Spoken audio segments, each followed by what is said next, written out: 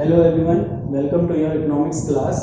So today we will start our first chapter of economics, but before that let me remind you that class 11 your economic book is consist of two parts, part A microeconomics, part B statistics. Today we are going to start our first part A microeconomics, in which your first chapter is economics, economy and central problem of economy. ठीक है, so first chapter is economics, economy and central problem of economy. In this video, first of all we are going to discuss only about economics, and the other part we will discuss in the next video. So today our topic is economics. What do you mean by economics? If a question arises at the early time, economics is derived from a Greek word oikonomia. Economics जो है एक Greek word से निकला है जिसका मतलब होता है ओकिनोमिया. ग्रीक वर्ड में से बोला जाता है ओकिनोमिया, और इसका मतलब अगर हम इंग्लिश में समझे तो उसका मतलब होता है household management. So according to the early time economics जो रहे हैं उन्होंने इकोनॉमिक्स को इस तरह से समझाया है कि economics is the study of household management, कि जो भी एक हाउस होल्ड में एक्टिविटी होती है उन एक्टिविटीज को हम मैनेज जो करते हैं इसी को इकोनॉमिक्स कहा जाता है एट द अर्ली टाइम. अब हाउस होल्ड में बहुत सारी एक्टिविटीज होती है, जैसे कि आपके घर में जो भी काम होता है आप उस काम को मैनेज करते हैं. एट द अर्ली टाइम इसी को इकोनॉमिक्स कहा गया है कि study of household management is known as economics. ये अर्ली टाइम में कहा गया. As per the time changes, there are many economists who give their different opinion. जैसे टाइम बीतता गया बहुत सारे इकोनॉमिक्स आते रहे, उन्होंने इकोनॉमिक्स के बारे में अपना ओपिनियन रखा. उन्होंने बताया इकोनॉमिक्स सिर्फ हाउस होल्ड मैनेजमेंट नहीं बल्कि और भी कुछ है. तो अभी हम इसको डिस्कस करेंगे.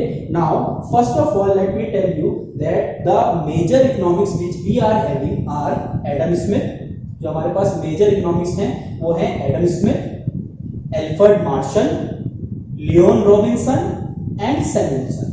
ये चार जो हमारे पास इकोनॉमिस्ट हैं इस समय मेजर इकोनॉमिस्ट हैं जिनकी हम डेफिनेशंस को पढ़ते हैं, समझते हैं और इसी से इकोनॉमिक्स का मीनिंग को निकालते हैं.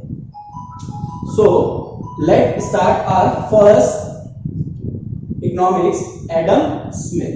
According to Adam Smith economics is related with the production, growth and distribution of wealth. So अगर हम इनकी डेफिनेशन को समझते हैं उससे पहले हम ये जान लेते हैं कि Adam Smith father of economics भी कहलाए जाते हैं.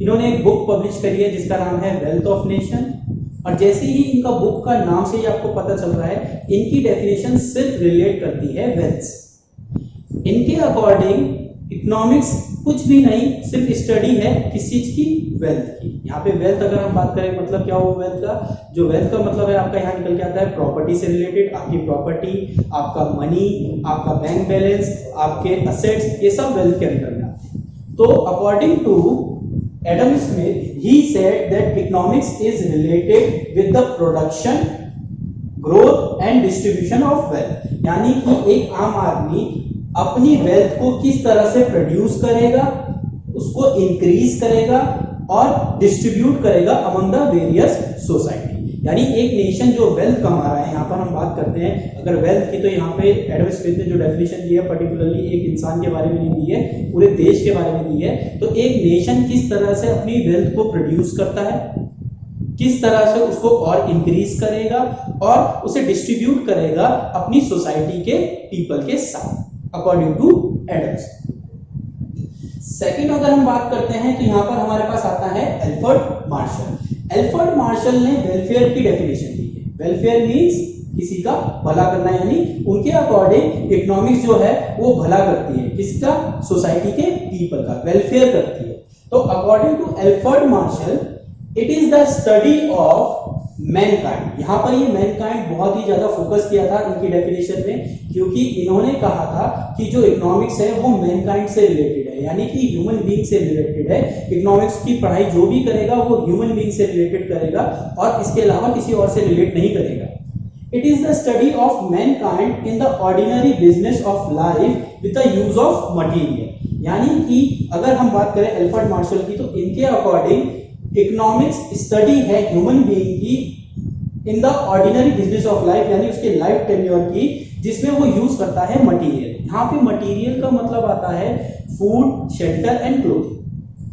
सो अकॉर्डिंग टू एल्फ्रेड मार्शल, वो ये समझाना चाहते थे अपनी डेफिनेशन पे कि हम इकोनॉमिक्स को इसलिए पढ़ते हैं ताकि हमें पता चल सके कि एक ह्यूमन बीइंग यानी एक मैनकाइंड ह्यूमन बीइंग अपनी पूरी लाइफ में मटेरियल को कैसे यूज करेगा। अब यहाँ पर जो हम बात कर रहे हैं मटेरियल की, इसमें आता है फूड, क्लोथिंग, शेल्टर, तो इन सबको खरीदने के लिए पैसा तो होना चाहिए। तो इसीलिए एल्फ्रेड मार्शल अपनी वेलफेयर की डेफिनेशन में एडम स्मिथ का भी जिक्र करते हैं। वो कहते हैं कि हाँ, इकोनॉमिक्स में वेल्थ होना जरूरी है, लेकिन उनका जो मेन फोकस था वो था मैनकाइंड, ह्यूमन बीइंग के ऊपर। यानी उन्होंने कहा पैसा तो जरूरी है, लेकिन जो भी पढ़ाई हम इकोनॉमिक्स में करते हैं वो ह्यूमन से रिलेटेड होती है, उसके वेलफेयर से रिलेटेड।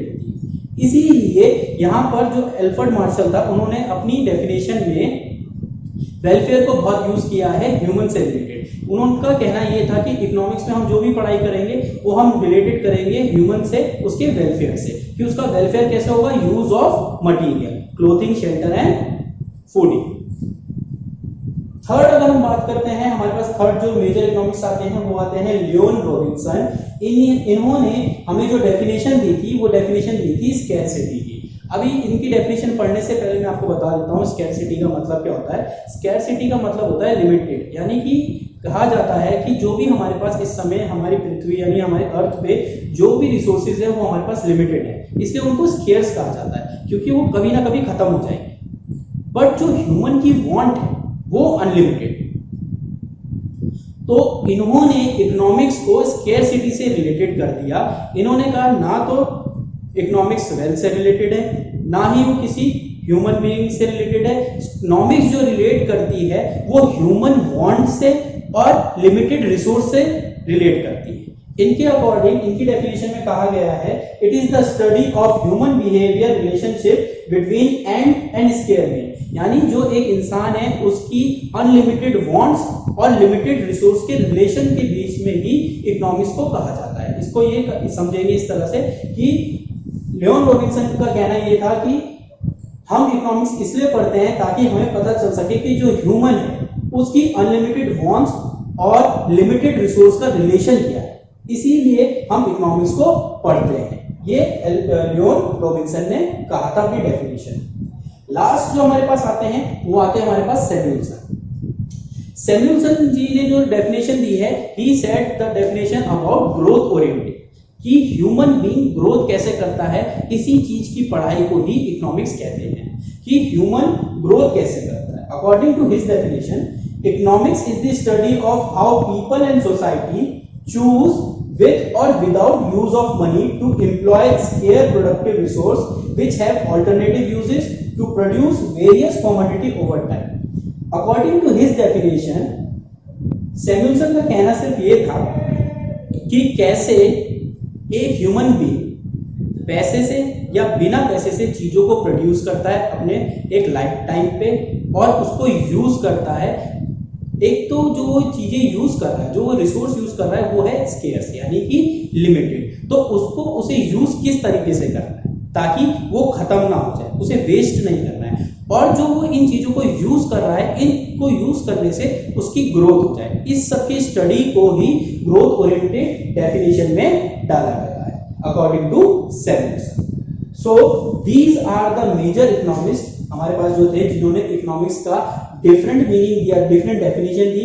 आप इनमें से किसी एक डेफिनेशन को भी अगर अपने यूज में लाते हैं तो वो भी इकोनॉमिक्स की एक करेक्ट एक्सप्लेनेशन होगी।